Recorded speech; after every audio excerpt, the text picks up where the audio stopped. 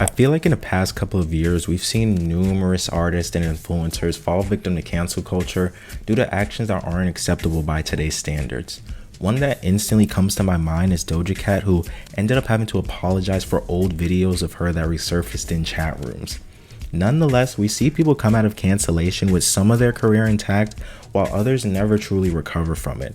But for Tyler, the Creator, someone whose old wrongdoings is public and without a doubt controversial, almost seems uncancelable and is more loved than ever before in his career. In today's video, I share my thoughts as to why I think Tyler is one of the few people in pop culture today who is able to still thrive despite having a somewhat controversial past. If you enjoy this video, consider leaving a like and leave your own thoughts down below.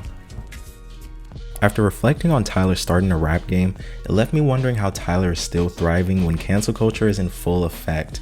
And while at face value it could be because Tyler had amazing character development since a lot of those past actions, I think there's a lot more that goes into it. To put it into perspective, at the start of his career, Tyler essentially was a rage baiter that would do controversial things just to get eyes on him. From crazy lyrics that ended up getting him banned from New Zealand, to tweets about wanting to do things with a freshly 18 Selena Gomez. He essentially gave everyone all the ammo they needed to justify his cancellation, and yet he's one of the biggest artists today.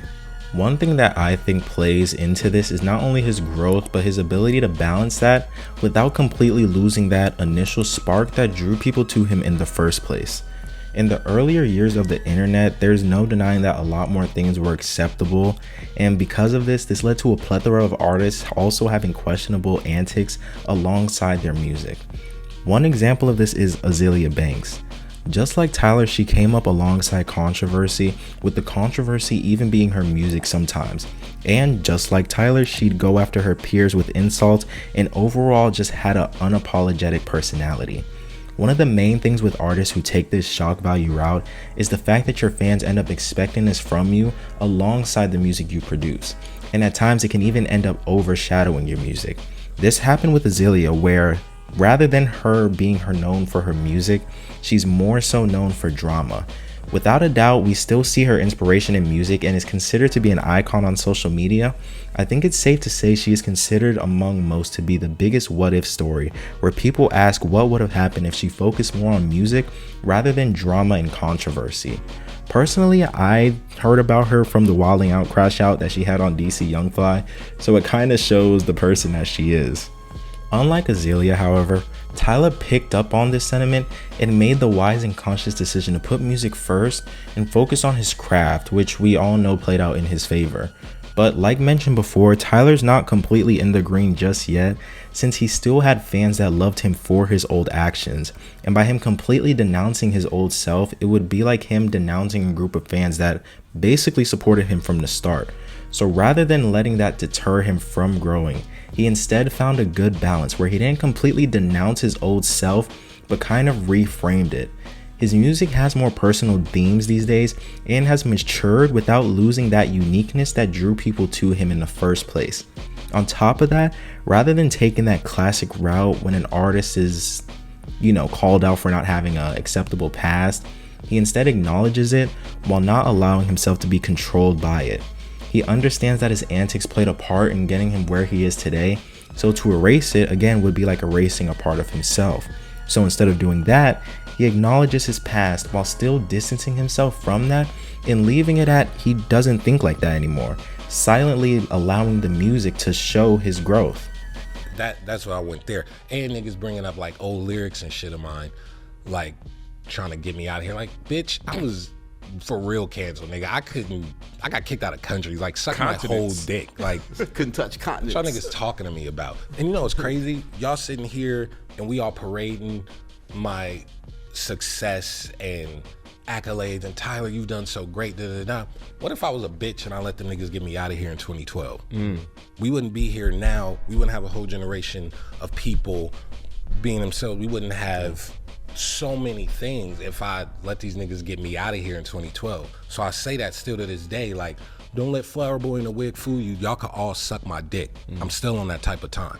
Right. And on that note, one topic that Tyler has been pushing these last few years is the simple yet forgotten idea that you can change and have different opinions towards things as you grow. Just because I thought something was cool or right a couple years back doesn't mean I think the same way now. Changing your thoughts on certain things is probably one of the main characteristics of growing older, and in Tyler's case, he not only understands that, but he doesn't let anyone tell him otherwise. One example I think of is when Tyler called out Ian, a young white rapper who Tyler said was ripping off Future and Gucci Mane. And after the blogs picked this story up, Ian's manager came out and essentially said that he never thought he'd see the day that Tyler became an old person hating on the youth making music.